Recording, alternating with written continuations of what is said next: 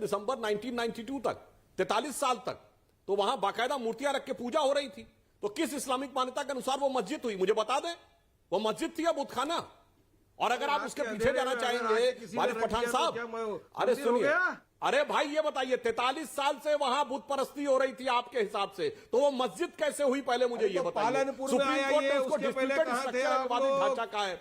और तीसरी बात, अगर आप बाबरी मस्जिद की बात करते हैं, सुनिए वारिस पठान साहब, अगर सुनिए बाबरनामा में कहीं उल्लेख है कि बाबर अगर वहां पे मस्जिद को बड़ी खबर आ रही है, व्यूअर्स बड़ी खबर आ रही है। हेलो दोस्तों, आज की वीडियो में हम आपके लिए एक धमाकेदार डिबेट लेकर आए हैं जो आपको बहुत मजा आएगा। तो दोस्तों तैयार हो जाइए, क्योंकि इस डिबेट में आपको मिलेंगे तीखे तकरार और दिलचस्प मुद्दे। तो बिना देरी किए चलिए शुरू करते हैं आज की जबरदस्त डिबेट। यह सर्वथा गलत है। मैं ये कहता हूं कि इस देश में एक बात और कहूं, अगर आपने कहा कि राम का नाम लेने से हो जाता है, तो मैं याद दिलाना चाहता हूं चौहान साहब, एक लाइन पूरी कर दूं।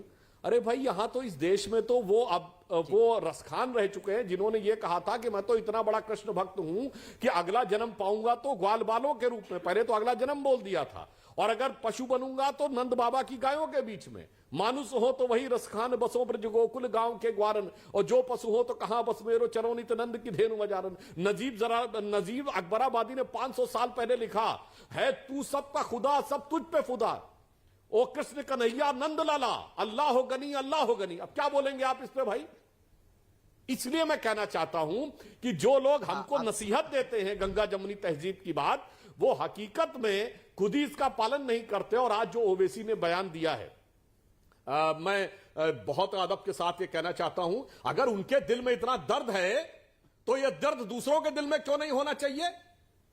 कि आईने अकबरी में लिखा है कि कितने मंदिर तोड़े गए, तजुके बाबरी में लिखा है, खुद अपना गवर्नमेंट ऑर्डर है उनका, इतने मस्जिद मंदिर तोड़े गए, फतवाए आलमगीरी में लिखा है कितने तोड़े गए। तो अगर उनके दिल में दर्द है कि वो सिस्कियां हैं, एक लाइन पूरी कर दूं, सुनिए, अगर आपके दिल में दर्द है तो हमारे दिल का भी दर्द सुन लीजिए। एक लाइन पूरी कर दूं अमित जी, हमारे दिल का भी दर्द सुन लीजिए।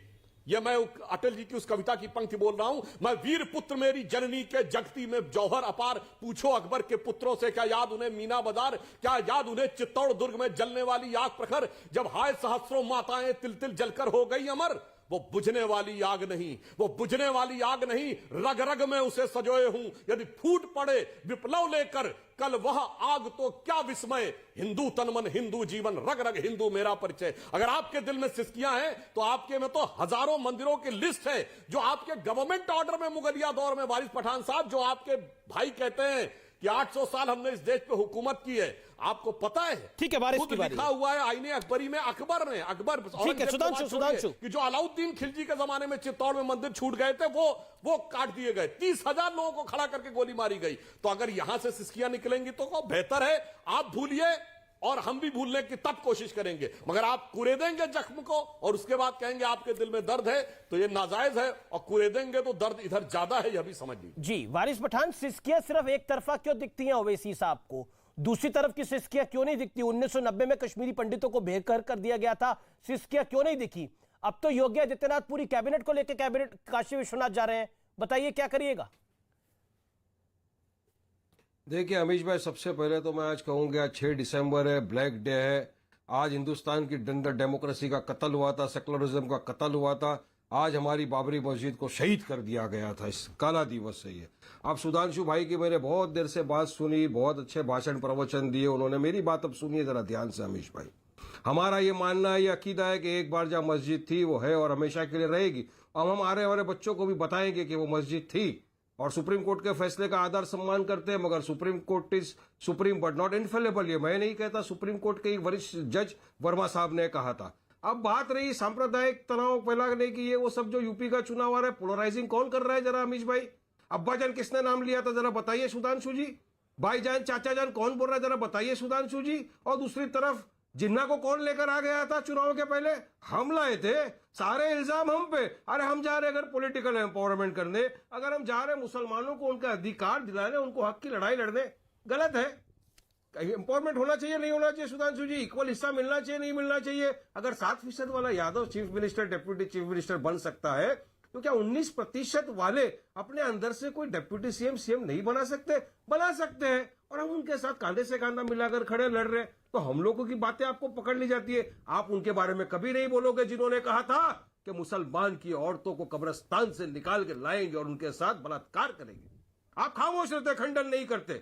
आप उस बात का खंडन नहीं करते कि जिसने देश के नागरिक को यह कहा था, देश के गद्दारों को गोली मारो सालों को, आप कभी खंडन नहीं पर करोगे। देश के गद्दारों की बात हुई थी वो तो, आप खंडन नहीं देश के गद्दारों की बात हुई थी इसमें। देश के नागरिकों को नाम लेके सुनिए। वारिस जी आपको सुना, 2 मिनट सुना आपको। आपने बोला, आपने दो बातें बोली। आपने बोला हम मुस्लिम एम्पावरमेंट की बात कर रहे हैं, तो आप नौकरी देके तो एम्पावरमेंट की बात नहीं कर रहे, आप बाबरी की सिस्कियां याद दिला के भड़काने का काम कर रहे हैं। और दूसरा, देश को गद्दारों को गोली मारो सालों को, इसके अंदर गद्दारों की बात है, देश के गद्दारों की बात है। इसमें तो किसी कौम, किसी फिरका, किसी धर्म की बात ही नहीं है।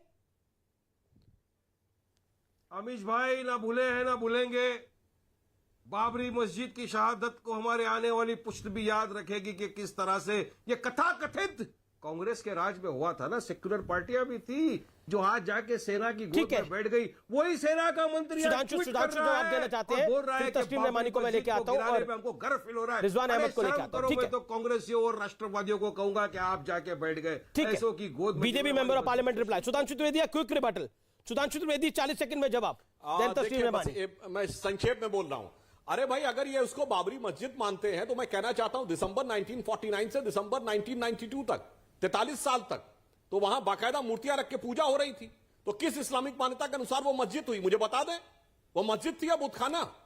और अगर आप उसके पीछे जाना चाहेंगे वारिस पठान साहब, अरे सुनिए, अरे भाई ये बताइए, 43 साल से वहां बुत परस्ती हो रही थी आपके हिसाब से, तो वो मस्जिद कैसे हुई? पहले मुझे ये बताइए। सुप्रीम कोर्ट ने उसको डिस्प्यूटेड स्ट्रक्चर ढांचा कहा है।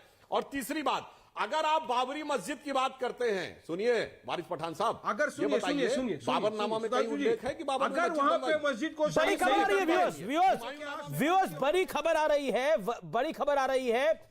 सभी धर्मों के छात्रों को बैच दिए गए हैं बाबरी मस्जिद के। पीएफआई का यह देश विरोधी कदम है। पीएफआई ने यह बैच दिए हैं, स्कूलों में बंटवाए हैं आई एम बाबरी के ये बैच। ये खबर इस समय आ रही है, सभी धर्मों के छात्रों को ये बैच दिए गए हैं और ये केरला में हुआ है ऐसा, और सेंट मेरी स्कूल, सेंट जॉर्ज स्कूल में ऐसा हुआ है। केरल डिस्ट्रिक्ट के अंदर दिसंबर 6 में को ये बैच दिए गए हैं। पीएफआई का ये देश विरोधी कदम है। हालांकि जो स्टूडेंट्स के पेरेंट्स हैं, जो अभिभावक हैं, जो माता पिता है, उन्होंने कड़ा और बड़ा विरोध दर्ज कराया है कि ऐसे नहीं किया जा सकता। मैं जवाब लेना चाहता हूं आपसे इसके ऊपर।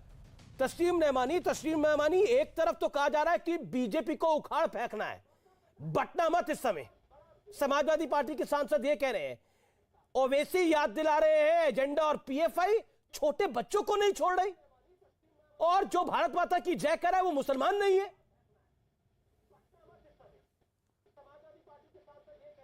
रहमानी साहब, देखिए, अभी 25 मिनट के बाद आप मेरे पास आए हैं। पहली बात तो मैं आपको करेक्ट कर दूं कि मैं एसडीपीआई में नहीं हूं।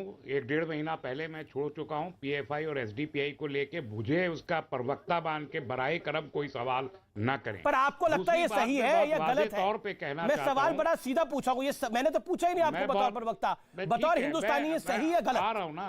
हाँ बताइए। मैं बतौर हिंदुस्तानी ही बात कर रहा हूं कि नंबर 1, मैं उत्तर प्रदेश की योगी सरकार को शिकस्त देने की भरपूर कोशिश करूंगा और मरकज में मोदी सरकार को हराने की भरपूर कोशिश करूंगा। इसके नतीजे में क्या आपके अंदर ये जुर्रत है कि मुझे गद्दार कहे?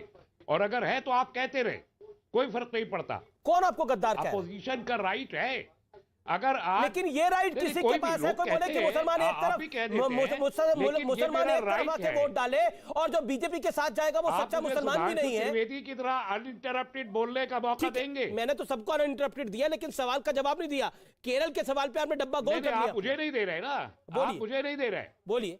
मुझे आप मौका नहीं दे रहे, मैं उसका भी जवाब दे दूंगा। मैं सीधे कह रहा हूं कि अपोजिशन के रोल में योगी को, मोदी को हराने का मेरा डेमोक्रेटिक राइट है और वो राइट कॉन्स्टिट्यूशनल फ्रेमवर्क में रह के मैं किसी भी तरह यूज कर सकता हूं। कोई मुझ पर ऐतराज करने का हक नहीं रखता। एक बात। दूसरी बात, ये जो हसन राव साहब यहां बैठे हैं, ऐसे 1 लाख लोग एमआरएम के अंडर में इस मुल्क में मौजूद हैं। मुस्लिम राष्ट्रीय मंच जो आरएसएस का मुस्लिम विंग है, 1 लाख के करीब मेंबर हैं। वो भारत माता तो दोस्तों आज की डिबेट यहीं खत्म होती है। हमें उम्मीद है कि आपने इस डिबेट का पूरा आनंद लिया होगा। अगर आपको वीडियो पसंद आया हो तो लाइक और शेयर करना ना भूले।